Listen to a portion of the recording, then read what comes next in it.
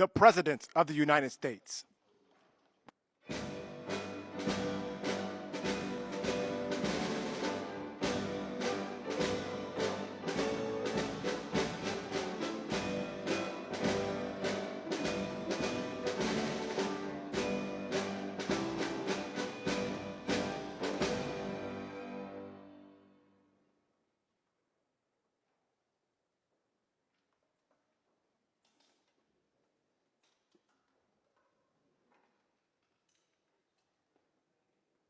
And we have a lot of great people here, and we've been looking forward to this day, but we sort of look forward to every day because we have a lot of surprises, most of which are good.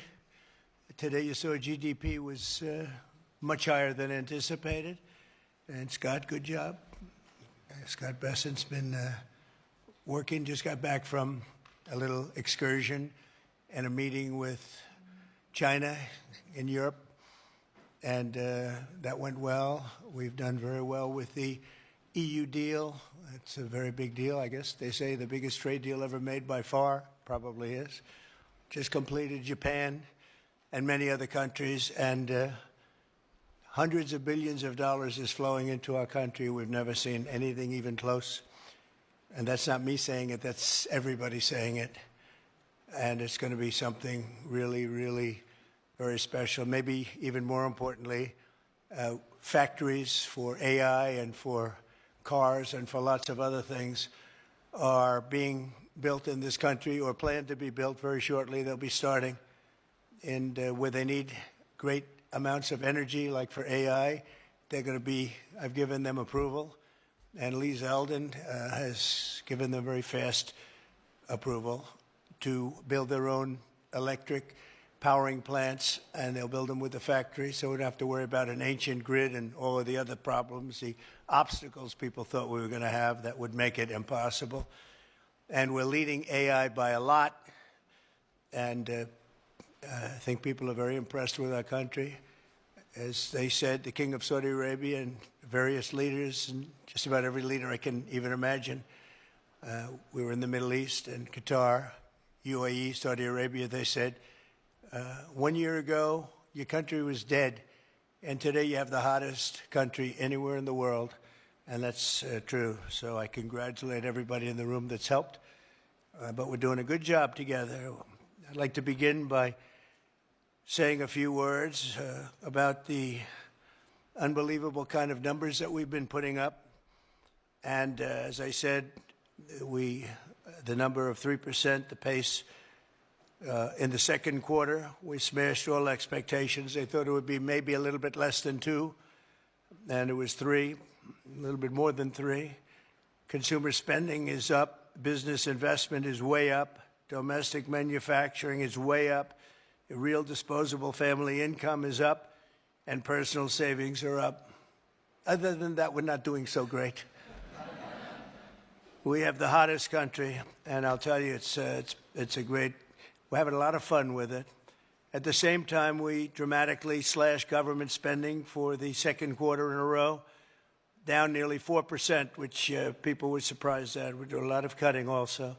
The private sector has boomed with nearly 600,000 jobs added, way above expectations, while we have reduced the federal workforce by 70,000 jobs. So these are private jobs that are coming back to our country. Federal jobs are being cut. Critics said that our tariffs would hurt the economy, but the data shows the exact opposite, and the exact opposite is happening. The U.S. Treasury has taken in $150 billion from tariffs, and we'll be adding about $200 billion next month for totals that nobody's ever seen before, frankly. And foreign imports were down 30% in the second quarter, while the domestic auto production surged by a stunning 36%. How about that number, Dr. Oz? Right? That's good. That's good. We want to do that with your patients, too. We're going to have a very healthy country. At the same time, inflation continues to fall faster than expectations, and for the 5th consecutive month, core inflation was lower than predicted substantially.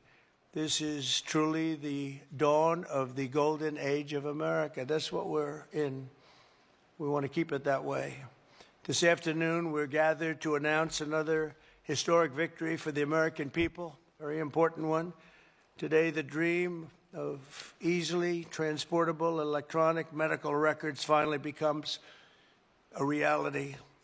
I want to thank Secretary Scott Bessent, Robert F. Kennedy, Jr. for joining us, as well as Administrator of the Centers for Medicine and Medicaid Services, Dr. Mehmet Oz, all friends of mine, White House AI and crypto czar David Sachs, and Acting Administrator of DOGE, Amy Gleason, all here. And we have various great senators here. Senator Round, Senator Cassidy, thank you very much for being here and helping out. I also want to thank representatives from Apple, Google, Samsung, Amazon, OpenAI, Anthropic, Epic, Oracle, Athena, Health, Noom, and that's not a bad group of people. Wow. And they're the top people. We don't play games. You know, when you invite people to the White House, the top ones, that's a big net worth sitting in this room right now. Boy, oh boy, we better make sure the room is nice and safe. This is half the net worth of our country.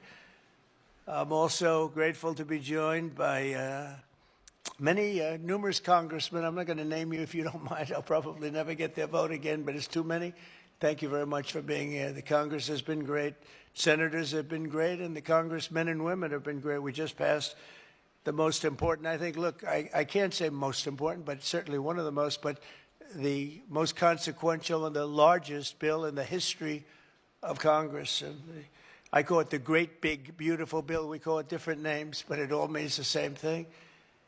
For decades, America's healthcare networks have been overdue for a high-tech upgrade, and that's what we're doing. The existing systems are often slow, costly, and incompatible with one another. But with today's announcement, we take a major step to bring healthcare into the digital age, something that is absolutely vital. You got to do it. Moving from clipboards and fax machines into a new era of convenience, profitability, and speed, and frankly, better health for people. Under the leadership of Administrator Oz, we're officially launching the CMS Digital Health Tech Ecosystem to give healthcare providers, insurers, and software companies the tools they need to empower Americans with a 21st century experience on health. The key breakthrough we've made is getting many of the biggest names in the healthcare and technology to agree to industry-wide standards for electronic medical records. All of those great companies that you just heard have gotten together with this group of very brilliant people. I don't know who's more brilliant, them or them. I don't know. Could be them. I hate to tell you. It could very well be them. But I don't know. I'm going to take my team. But the key breakthrough we've made is getting many of the biggest names in healthcare and technology to agree to that those standards of electronic medical records that we talk about and you've heard about for so many years, and now it's happening. This will allow patients to easily transmit information from one doctor to another, even if they're different networks and using different record-keeping systems. No matter what system they use, they're all transferable. The new standards will also make it simple for patients to access their own personal health records. I don't want to see mine, please. I don't want to see. I don't know about you. They have all sorts of things, sir. They can tell you exactly what your problem is going to be in 6 years. We can do it. You know, they have all these different things. I don't know if they work or not, but I didn't want to hear it. I didn't want to hear it. If they got a problem, I don't want to know about it right now. But it is amazing what they're doing. I don't know. Does it actually work? Can they do that? All right. Well, then I'm glad I said I don't want to know. But thanks to this announcement, healthcare providers across the country will also finally be able to kill the clipboard. It's an expression that's used, capital, with a capital C, kill the clipboard. Instead of filling out the same tedious paperwork at every medical appointment, patients will simply be able to grant their doctors access to their records at the push of a button, just a button, and you're all set. And All the information the doctor needs will be immediately transmitted. The system will be entirely opt-in, and there will be no centralized government-run database, which everyone is always concerned about. I'm less concerned than anybody. I say whatever it is. But people are very, very concerned about the personal records. They want to keep them very quiet, and that's their choice. I think it's a great thing because it'll be absolutely quiet. Instead, doctors and patients will always remain in control. The benefits to millions of Americans will be enormous. We will save time, we will save money, and most importantly, we'll save lives. It's just going to make people live longer and be a lot healthier. I think that's really what you're looking to do. And now I'd like to ask Secretary Kennedy to say a few words, followed by David Sachs, Dr. Oz, and Amy Gleason. Thank you very much, everybody.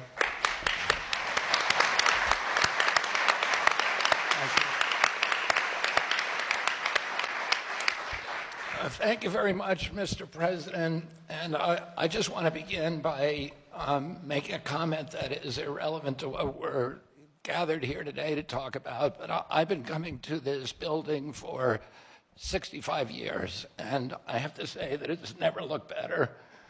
I've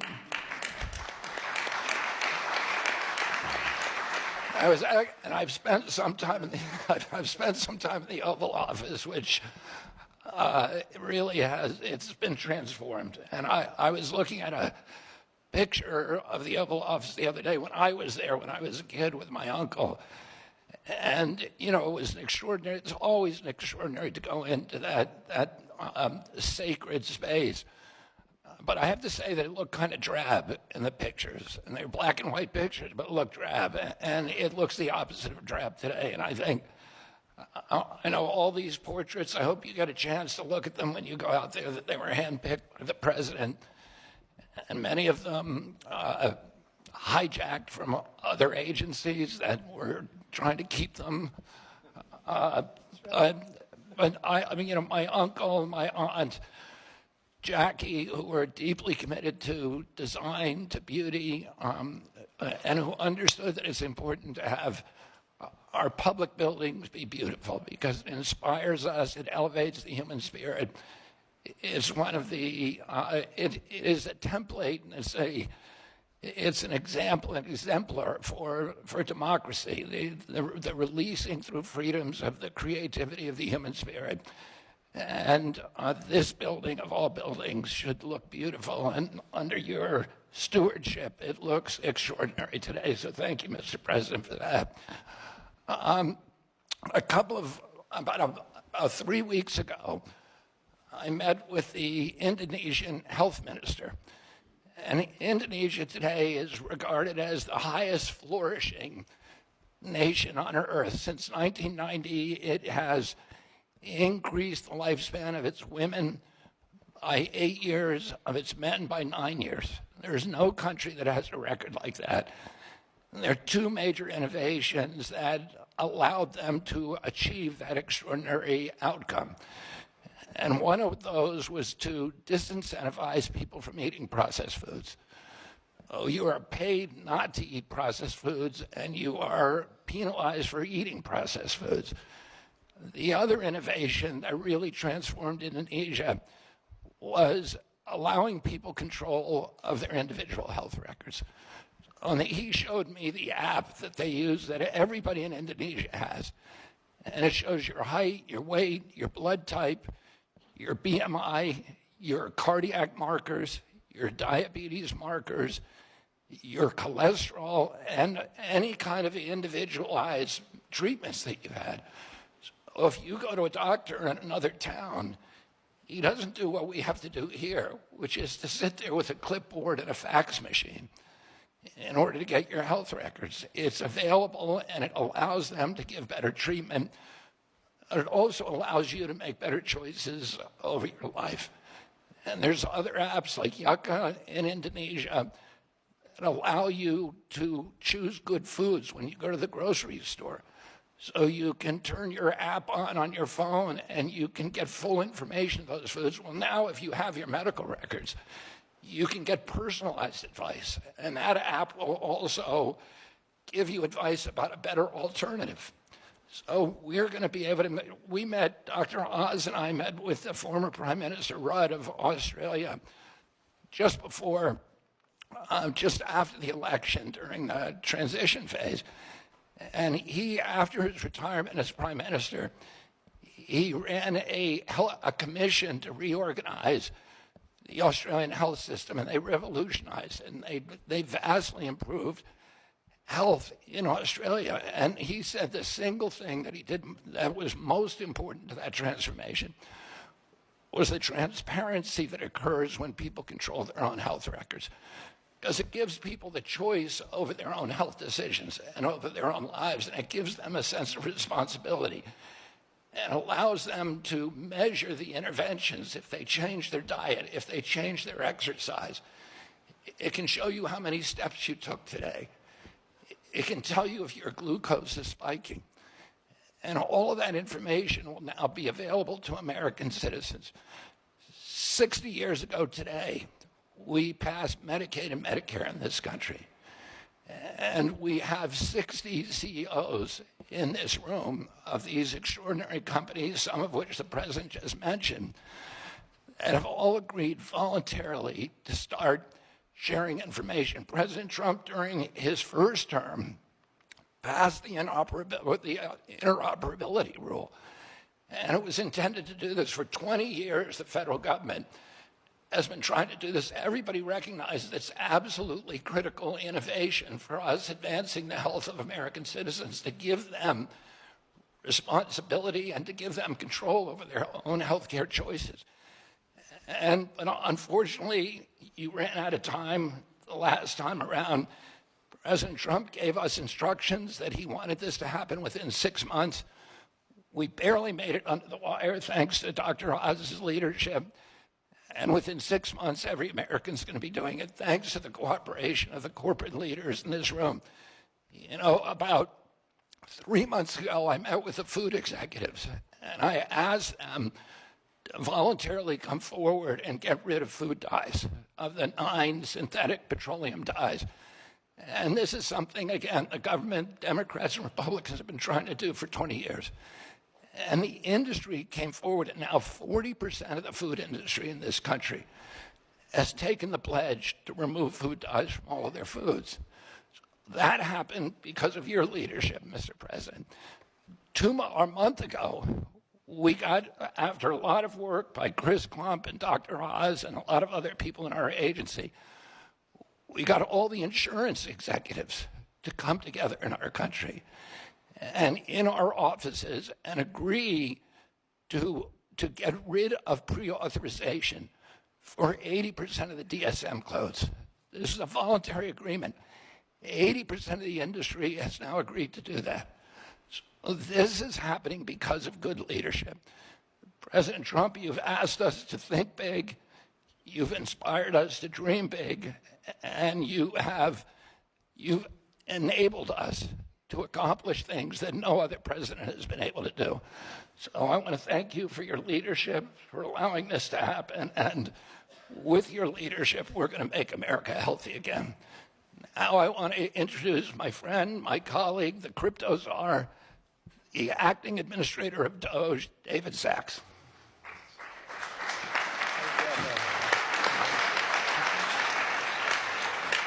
Thank you, Secretary Kennedy. I recently got a text message from a friend whose wife has been suffering from a chronic illness for something like a decade, and they've been trying to figure out what it is. They've never been able to figure it out. And I just want to read this to you right off my phone. He said, I uploaded my wife's blood work into one of our leading AI engines on Friday. It essentially diagnosed her as having a rare genetic defect that causes bone marrow failure. It's caused every single thing that's happened to her. She has every single symptom. It started at exactly the same age of presentation. It's 10 people out of 1 million. There's absolutely no way this is not it. So wow, it's really an incredible example of what AI is already able to do just today, and we're just getting started. And this was one person putting his wife's data in one of our consumer AI apps, and he's already been able to get that diagnosis, and that's going to help them tremendously. The key is the unlocking of the data, because the more data that AI has, the better it performs. And so, kudos to Dr. Oz and Secretary Kennedy for this pledge today. They were able to get 60 major companies across different sectors of the economy to agree to unlock their data so that AI can use it to drive better patient outcomes. And this is, all due to your leadership and President Trump's leadership to put the American people's healthcare needs first. And I remember Dr. Oz, he was one of the first people to call me during the transition when the president announced I'd be AI czar, because he wanted to ask me about how AI could better be used in healthcare. So kudos to you, Dr. Oz. Your passion is really incredible. And kudos to you, Secretary Kennedy, your passion as well. And I remember a couple of years ago, I was a big fan of Bobby Kennedy when he was running as a Democrat. And I remember thinking... He gave a lot more money than President Trump. Well, I remember thinking there's this one problem with Bobby Kennedy. He's not a Republican. But thanks to President Trump, I think we fixed that. So... And I think that, getting people like Dr. Oz and Bobby Kennedy into the administration is a testament to President Trump and the talent that he's able to attract and pull together, and the partnerships that he's able to forge, because these are people who could be doing other things. So it's really a testament to the great talent that President Trump always attracts around him. Today's pledge by these companies is going to tear down barriers that allows both startups and established firms to compete freely. We're opening up the playing field so that the best tools can scale, compete on value, and discover new methods for making Americans healthy again. Technologies like AI, they do things like they will expand access to care, cut administrative costs, reduce fraud, and deliver better results for patients and doctors. And I want to thank you, President Trump, for your promise to not only make Americans healthy again, but also to ensure that America is a predominant AI superpower.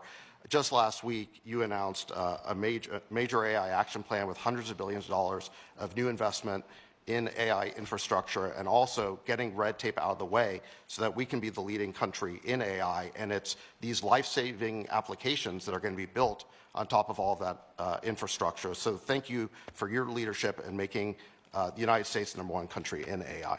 Thank you, sir. David, thank you. And now, Dr. Oz, Mr. President, today we are making American health technology remarkably great again. We've always been at the leadership. David's right. I called him early on after the president offered me the position, and him as well. And we began brainstorming on this. Secretary Kennedy from day one appreciated the crisis that we're in and how we needed to address it. So today is a remarkably important day, one that you will remember, I believe, for years to come, for 3 reasons. Yes, it is the 60th birthday of Medicare and Medicaid. The first patient, by the way, was Harry S. Truman. Although Lyndon Johnson signed the legislation 60 years ago today, not far from here. It is not just the ability to bring 60 of the top incumbents and insurgents in health technology, hospital systems, insurance companies, electronic medical record companies, AI companies, the big players. You're all here, and we appreciate that very much. But, Mr. President, you used the power to convene. That's fundamentally what I think the president has been able to offer us. And Secretary Kennedy offered us, as a group, some examples, but there are more to come. And I want to touch on some of these. But first, I've got to do what doctors often have to do, which is to tell you the truth, even if you don't want to hear it. So here goes. These beautiful programs, which are the backbone of the social network, the social support system of this country, the safety net, they're flailing. They're flailing for a bunch of reasons. Medicaid is a unique entity. It has deviated from its original purpose by drift and by design. The One Big Beautiful Bill, the OB3 law, was elegant for that very reason. And President, I don't know if you remember this, I can share this, but he called me once and he was upset at me because I was going too strident at something. And he said, this is about fraud, waste, and abuse. That's what we're interested in doing. And that's exactly what the One Big Beautiful Bill accomplished. And it especially did it to save Medicaid by putting $200 billion more into it and allocating funds very specifically to use to support rural America. And primarily, some of that money will be used to support digital infrastructure, which is terribly lacking in many parts of the country. The money that's sent from Washington doesn't get to rural America. About 7% of Medicaid dollars get to rural hospitals. We now have an ability to infuse funds through this $50 billion Rural Health Transformation Fund into that system. The gathering today is another example of how we can actually jumpstart that and accelerate it. The other reality is COVID broke the system. It did for many reasons. Medicaid expenses went up 50% in 5 years. Medicare, the trust fund that we met at actually Treasury with Secretary Bessent and Secretary Kennedy as trustees, it goes bankrupt in 2033, and that is actually a conservative estimate. It could go bankrupt as early as 2029. Thankfully, due to the economy, that's not going to happen. But we don't want to have to take that risk, and there's some fundamental changes we need to make accordingly. Now, there's one other big reality about making the system more efficient, which is why what everyone here is talking about is so critical. And let's just pick an average American born in 1964. That average American born in 64 will retire this year at age 61. If just that one group of people born in 64 could work 3 years longer because they're healthy, because they feel like they want to do it, because they feel vital and vigorous, and they're flourishing, just that 1 year working longer is $1 trillion to the U.S. GDP, and it's $300 billion of tax revenue to pay for a lot of the problems that people are concerned about. So it's not just keeping people out of the hospital, getting them to thrive and flourish that makes what we're doing so critical today. I think there are a lot of realities to how healthcare has gone. Unfortunately, the system is frozen, and it has been for many reasons, despite efforts in the first administration. It's frozen in time, so it cannot address the quality lags that exist. While Netflix and Airbnb and Uber drivers are racing ahead, making arrangements, identifying the problems that are challenging us in healthcare have become incredibly difficult. You can't make appointments. The average Americans are tired. They're tired of waiting for a doctor's appointment. They're tired of waiting for the surprise of what your hospital bill is going to offer. That's being addressed by one of the president's executive orders. They're tired of waiting for access to their medical records. You own your medical records. They're yours. Why you can't have access to them is a stunning reality in modern-day America. They're also tired of waiting for Washington to take action. And this president early on emphatically stated that wasn't going to happen anymore, and today we made that vision into a reality. And there's a fine line between vision and hallucination. What you did today was show it's a vision, because you share it with us and we're moving ahead on it. And that's what today's commitments essentially are reflecting. And they are pledges, they're not laws, they're nimble and they're fast and they're quick, because the president understands that you, each of you in your own way, understand these needs. And Secretary Kennedy spoke beautifully about the reality of what happens when you actually have electronic records, because what he said is happening in Indonesia, we'll have here. Within a year, on your device, and 91% of Medicaid patients have smartphones. On this device, you'll get insights based on your records if you want. You don't have to take this, but if you desire, Amy Gleason is one of the smartest people I've ever worked with, has built a mechanism to be able to get you that information in a way with all these partners helping, so that you can get nudged to pay attention to what you're eating and avoid processed foods that Secretary Kennedy smartly and wisely highlighted as so dangerous to our well-being. All this, by the way, is that will be at the fingertips. In addition, advice about which doctor to see, when to go see them, nudges, reminding you why I didn't do certain things. If you're a doctor like me, it's a very different story. It's to help you navigate the system better. It's giving you advice, decision support, which is becoming increasingly important as medicine gets more difficult. But I'll tell you the best thing of all, how many of you have been with your doctor telling them something heartfelt, very emotional, and they're looking to the side, typing into their computer, right? It's common. Put your hands up. I just want to see it. Yeah, most everybody. And that's unfortunate, because the whole sacrament, the whole covenant of being with the doctor is having them look you in the eyes and realize you're there for each other. That process is going to go away. We will, within the workflow of doctors, be able, with your help, allow physicians to take care of patients, gather the information while they're doing it, and will destroy the upcoding that has hurt Medicare Advantage and other programs in a similar fashion. The IT infrastructure that's going to change promises to improve a lot of things. We're going to cut fraud, waste, and abuse. Mr. President, we announced with the DOJ 2 weeks ago a $15 billion bust. $15 billion. It's a multinational criminal syndicate based primarily, we believe, in the Soviet Union, in Russia. And what they did was hack using beneficiary numbers into the system. We'll be able to stop that because of a system that Amy has put together, and the wonderful work of Amy Brandt, who has a fraud war room using this kind of technology, because we'll know who you are and who your doctor is. We can block this. We're going to have remarkable advances in how consumers can use their own records. We'll have beneficiaries be able to get MAHA advice and prevention tips, and even be able to nudge them and reward them perhaps for that. And all this comes back to one fundamental issue, Mr. President, which is leadership. I think 60 people, the biggest, the best, the willing, came forward because of your leadership, because you weren't going to take no for an answer, and they know it. We are building a robust and safe, I emphasize that, safe system. It's going to protect the data better than we could have imagined. We're going to be able to accomplish goals that all of us wished from day one that would be in place. These pledges are now confirmed. They're signed in public. And you have therefore empowered Americans to own their property, which is their medical records. Let me introduce Amy Gleason. She is acting director of DOGE, U.S. Digital Service as well, and was actually the brilliant woman who pulled together the pieces of this puzzle with so many members of the audience. Amy Gleason.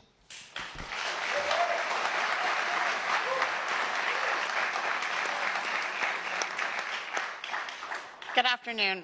First, I would like to thank President Trump for his leadership in this area, and Secretary Kennedy and Administrator Oz for driving this work with clarity and urgency. I would also like to thank my colleagues who have been instrumental to this, and we've worked a lot of late nights and hard times on this, and it would not have been possible without them. I want to start today with my daughter Morgan, who's here in the audience. If you'd please stand up. I am so inspired and energized by your strength every day. And we also have two other patients here, Randy and Tom, who have been very inspiring. Thank you for being here today. You're why this all matters. Let me start talking about my daughter's history. So 15 years ago, she was diagnosed with a rare disease. She was 11 years old, and she started showing mysterious symptoms. Over the last year and a half after that, she saw the country's best doctors, but she still continued to get worse. At some point, she couldn't stand up off the floor or walk up the stairs, and we still had no answers. I carried a binder of paper records to every doctor's appointment so that I could keep them aligned. And I truly believe that if one of those doctors had been able to see her whole history, they would have diagnosed her faster. And if we had just had today's AI, then they could have connected the dots that the humans missed. Today, Morgan takes 21 pills a day, gets 2 infusions a month, and has over 40 patient portals. Her disease is very rare, but her experience is very common. And that is what we're here to fix today. Too many patients are forced to remember all the doctors that they've been to and log into portal after portal, repeating their story at every visit, and they don't have the digital tools to help them stay well. Meanwhile, every other part of our life is digital. I can order groceries and have them delivered in minutes. I get personalized recommendations on my other apps. But in healthcare, we still see it on paper and manual situations. But today, thanks to President Trump, we're changing that. Over 15 years, we've tried to regulate our way to a better outcome. And we have gotten a path forward, but they have not delivered the modern healthcare experience that Americans expect and deserve. I'm so proud today that these 60 companies have voluntarily stepped forward to make a pledge to take action and to join us to say, we're ready, let's fix this, we're in. We're trying something different. It's not regulation or rulemaking. This is a voluntary alignment around a shared vision, a commitment to work across boundaries, across competitors, and across silos. We're bringing together data sharing networks, electronic medical records, doctors, health systems, payers, and app developers. And we're asking one simple question: what can we do right now to make this work for patients? The companies pledging today are agreeing to collaborate, even with their direct competitors, because they know we can't keep kicking the can down the road. We have to stop talking about data interoperability and make the data flow.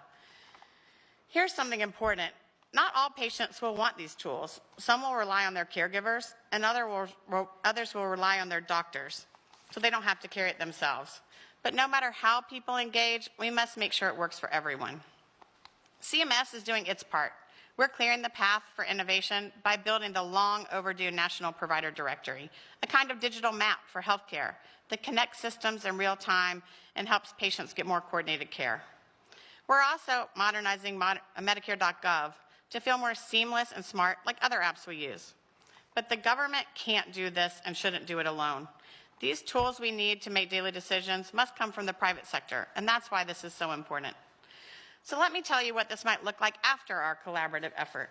So Morgan, in 6 months from now, might show up to her doctor's appointment, and instead of filling out a clipboard with her 21 medications, 12 doctors, and her entire medical history, she can just pull out her phone and tap or scan a QR code and seamlessly transfer her digital insurance card, her verified medical record, and a digital summary that could help her provider get up to speed faster.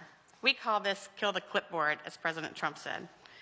After the visit, Morgan opens her AI assistant, a tool that she has authorized to access her records, and asks, what did the doctor say today?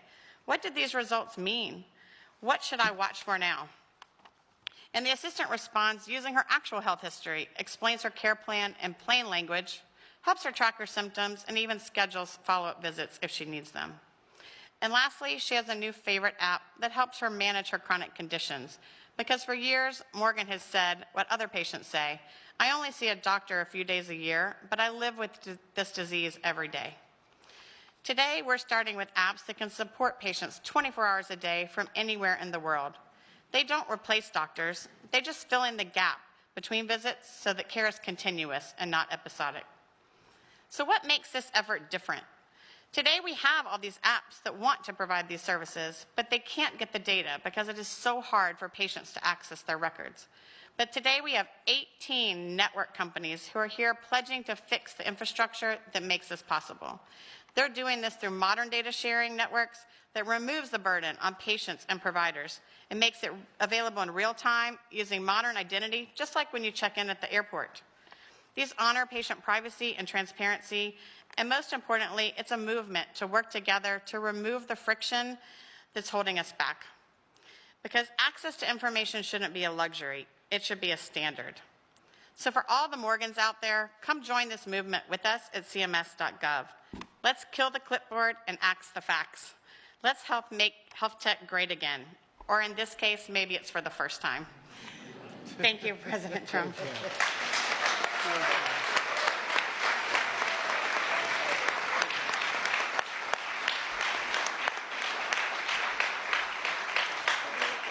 Thank you very much. That was great. And hello. You look very, very healthy to me. You look really great. So just, I want to thank all of the companies that are here. These are big names, great people. And now you're doing something that's so important for our country, really for the world. It's beyond our country, I suspect. It's really for the world. So just keep it up. And you've hit new highs almost virtually every day for the last few months. And that makes your job probably a little bit easier. You're under very little stress. But someday you might have a little bit, but you're not going to have much. I think we're really going to great heights. But I just want to thank everybody, political people and the teachers and the companies and all of our cabinet. I even see Newt. Do I see Newt? I see Newt. Look at him. He's such a handsome man. He's a healthy man. We don't have to do any tests on him. But good to see you, Newt. But I just want to thank everybody. This is a very big undertaking, and it's a very serious undertaking. It's going to make a lot of people lead a much better life. Thank you all very much for coming. Appreciate it. Thank you. Thank you. Can I call you by MFN? Yeah. Can we start?